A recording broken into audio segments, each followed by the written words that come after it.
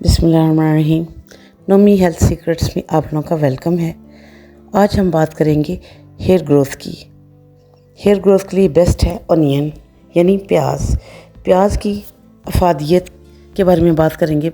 बालों के लिए प्याज के कुछ ऑयल बताएंगे हम, और प्याज के जूस की अफादियत बताएंगे कि आपके बालों की नशोनुमा में, इनके बढ़ाव में ये कितना ज़रूरी है और कितना ये हल्की सी चीज़ है। इसको आप इजीली अवेल कर सकती हैं और अपने बालों को बढ़ा सकती हैं। गंजेपन को भी ये जो है ख़त्म करता है और बाल जो है आपके बढ़ा। प्याज में होता है सल्फ़र। सल्फ़र की अच्छी मकदार होती है जो आपके बालों को बढ़ाने में मदद करती है, उनकी सेहत जो है वो सही रखती है। इसमें विटामिन्स होते हैं, विटामिन ए, बी और सी आपके बालों को झड़ने से रोकते हैं और उनकी ग्रोथ को बढ़ाने में मदद देते हैं।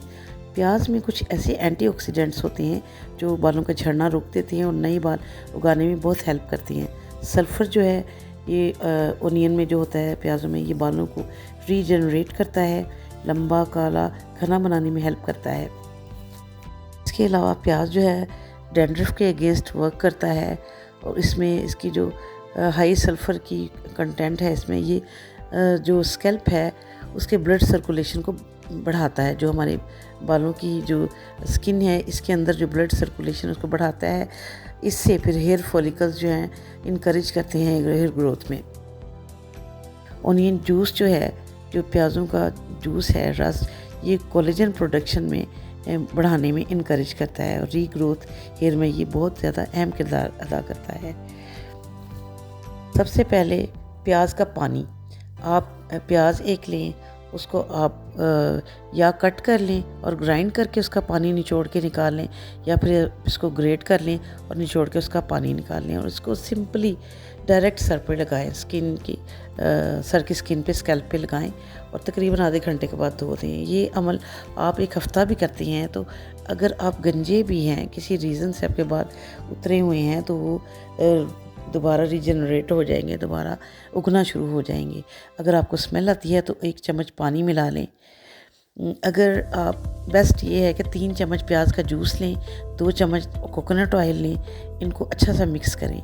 नारियल का तेल जो है हेयर ग्रोथ के लिए बेस्ट है। बालों की जड़ों पर मसाज करें इस टोनर का और इनको ऑब्जर्व हो जाने दें और अंदर से ये बालों को स्ट्रॉन्ग करेगा।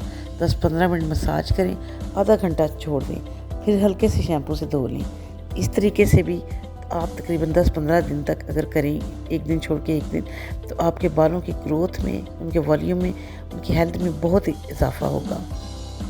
सीरम बनाने की दूसरी तरकीब ये है कि आप एक प्याज का रस ले लें, उसके अंदर 1 चम्मच एलोवेरा जेल डालें और 2 कैप्सूल विटामिन ई के डालें।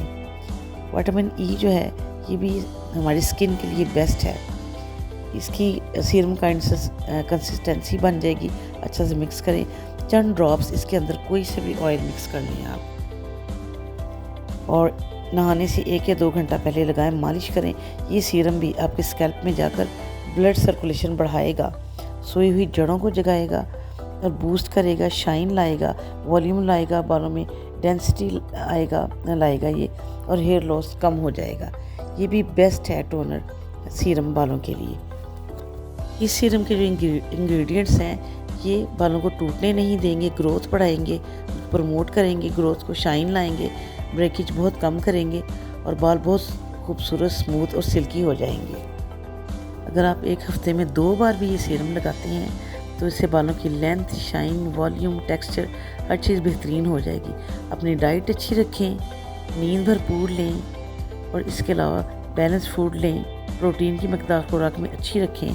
कार्ब्स और प्रोसेस्ड फूड अच्छे वाले वो यूज़ करें और आप अपने बालों का जो रिज़ल्ट है वो आपको जल्द ही नज़र आ जाएगा। That's all from Nomi's health secrets today. अल्लाह हाफिज़। Stay tuned, stay blessed.